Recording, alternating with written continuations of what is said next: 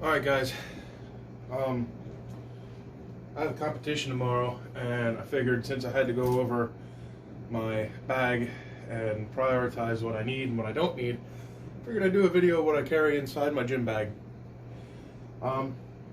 So right off the bat I have an OGIO bag. I'm not sure what style this is. I've had this bag for 3 years and I've put it through some hell. It has some holes in it. I've had to repair the stitching a couple times, but besides that, it's a great bag. I highly advise looking into OGIO. On the outside, I just have a lock that I got from my last competition, PA Strongest Man 2020, and then an S carabiner, just to carry like a bottle on the side, or whatever. All right, let's dig into this. Alright, first thing, I have a pair of Asics wrestling shoes. Wrestling shoes are really good for deadlifting because there's very little sole to them. You're very close to the floor. I'm not a big fan of lifting barefoot. It's all on just personal preference. If you can find yourself a cheap pair of wrestling shoes that fit, take them home, wash them, and there you go. Alright, next thing is my soft belt. Mine's a Mueller. I got this thing off of Amazon. It's just a multi-layered soft belt with a lumbar support in the back. This is nice to like put some compression onto your back, but not like limit your mobility. Keeps you warm, keeps your lower back warm. Paired with that, I have an RDX lever belt. Yet again, cheap belt off of Amazon, but I've had it for several years now. It's held up. I like that combination because I went and I bought myself the Cerberus 13 mil lever belt with the stainless steel buckle. I bought that because my deadlifts have been going up. I've been becoming more dedicated to it, and I just wanted something that's more quality. And I'm not represented by Cerberus or anything, but from what I've been dealing with them, I have a pair of knee sleeves and figure eights from by them too. It's just high quality equipment. Speaking of the figure eight straps, here they are. So I have the Cerberus figure eights. These are the 34-inch. I like them because then I can grab, it gives me more room for an axle. If you do get the bigger size and they're too small, too big for a regular bar, one thing that I've been able to do is twist it, and then that'll give you your size difference or make up for that bigger size and give you that purchase on that bar. So the Cerberus figure eights. Going along with Cerberus again, as I was saying, I have a set of their knee sleeves. I absolutely love these things. These are their 9 mil knee sleeves. They are a bitch to get on at first, but they give you so much support, so much compression, and after wearing them a couple times, they do break in. They do become more comfortable, and they're highly worth it. I highly advise the Cerberus knee sleeves over a lot of them. Now, there are other good brands out there, such as like Slingshot. I have a pair of Slingshot knee sleeves. These were my original knee sleeves. These were the first ones I ever got. I replaced these with the Cerberus ones because I had a blowout right here. And also, I don't know if you can see it, but here. So I needed a new pair. I wore these for my last comp, and where they blew out, they started to dig in and actually cut in my knee, well, the side of my knee. So I went out and I got a pair of these. I do still use these. but not what they're intended for. I use these to actually shield my forearm when I do circus dumbbell. I have a Titan circus dumbbell, and the edge around it, the inner edge that actually hits your forearm, is rather sharp.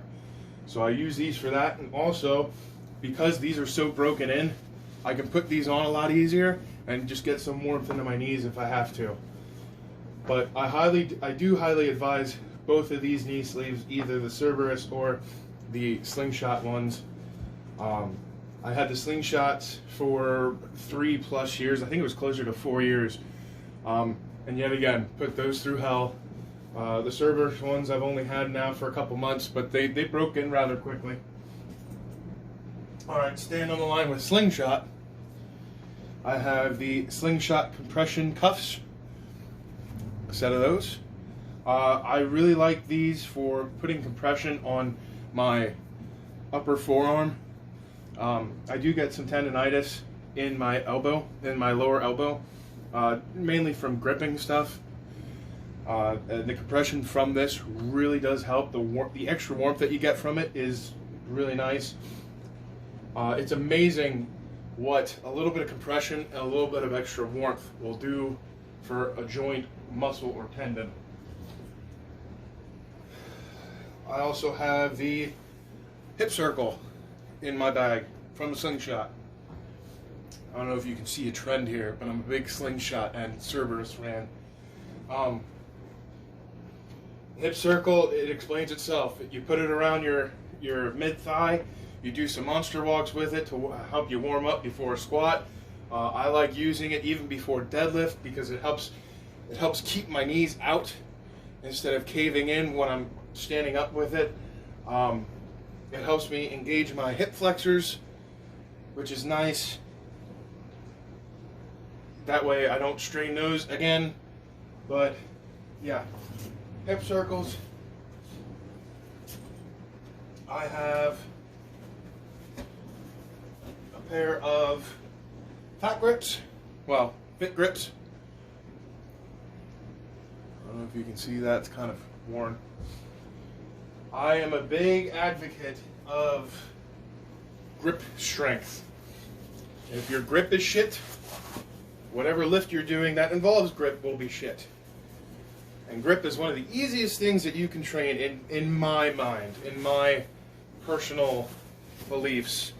You just don't use straps, you don't use figure eights, and you hold on to stuff for a long time. Alright, so next thing up, elbow sleeves. I have the Strong elbow sleeves. I really like these. They give you a good amount of compression, good amount of warmth, without restricting your mobility. I've had some elbow sleeves in the past that when I go to do an axle clean and press, I can't really get my arms down into place because of the compression or immobility that the sleeve gives me. I have a pair of Elite FTS. I believe these are the mini bands. They're great for warming up. Such an effective, very cheap tool or piece of kit to put into your bag. The resistance on these is not much at all, but like put in repetitions for like overhead press. It warms up your delts. You can use this. You can use these for rows. You can do deadlifts. You can put it around the back of your neck and put them onto your feet to do some body weight squats just to warm up. There is a million and one different things that you can do with bands to help you succeed with your lifting career. Next thing I have in my bag is a Lift Tracker notebook. I am old school. I like paper and pen. It's just preference. This way, I'm not looking at my phone all the time, getting distracted by that. Wrist straps. I have the gangster sleeves, the long ones. They're great. They do exactly what they're meant to do. I do have a pair of chic, regular straps that just come down and then you loop them by yourself. It all depends on what I'm doing. I like the figure eights a lot because it's a lot quicker. Another thing I have is a box of chalk and ammonia caps. Chalk is very handy. Everybody knows what chalk does. Cattle wrap. This is nice for wrapping your forearms to put tacky on. So that way the tacky's not on your hands, and then on your forearms, and you can do stones without having to take the tacky off your forearms. It's nice. Just take a pair of bandage shears and cut them.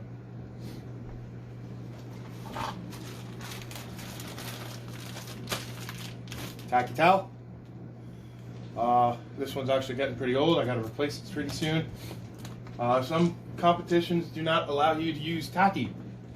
They only allow tacky towels because this is a lot less messy than this. This, if you haven't used it, strings, everything you touch, it gets on it. Gross. Normally, I don't carry this in my bag because the gym that I go to, the commercial gym that I go to, does not have Atlas stones. They have a Husafeld stone and a couple kegs. But my gym that I have, I do have Atlas stones, so I normally keep this home. You can say what you want about this next item, but speed rope. I'm not going to say that I enjoy speed rope, but it is an amazing tool to get your heart rate up. But these are the bearing ones, so they spin very nicely. Yet again, nothing very expensive. I think these were $15 on Amazon. It's great to get your heart rate up, do some conditioning. CBD Sport Cream. Obviously, competing, doing strongman, you get sore. You get sore joints, you get sore muscles. Some cloth tape. I like this to wrap my fingers, or like in my gym down in my garage, I have a circus dumbbell and a couple other implements that are very smooth. So to help me get a little bit of a grip on them, I'll put this on it. And it just improves the grip. It saves your calluses on like the side of your thumb here. It's just a nice little tool to have in your armory. Next thing is mouthpiece. I use the 6DS by New Age super glue. Now you can say what you want. I am not a medical professional.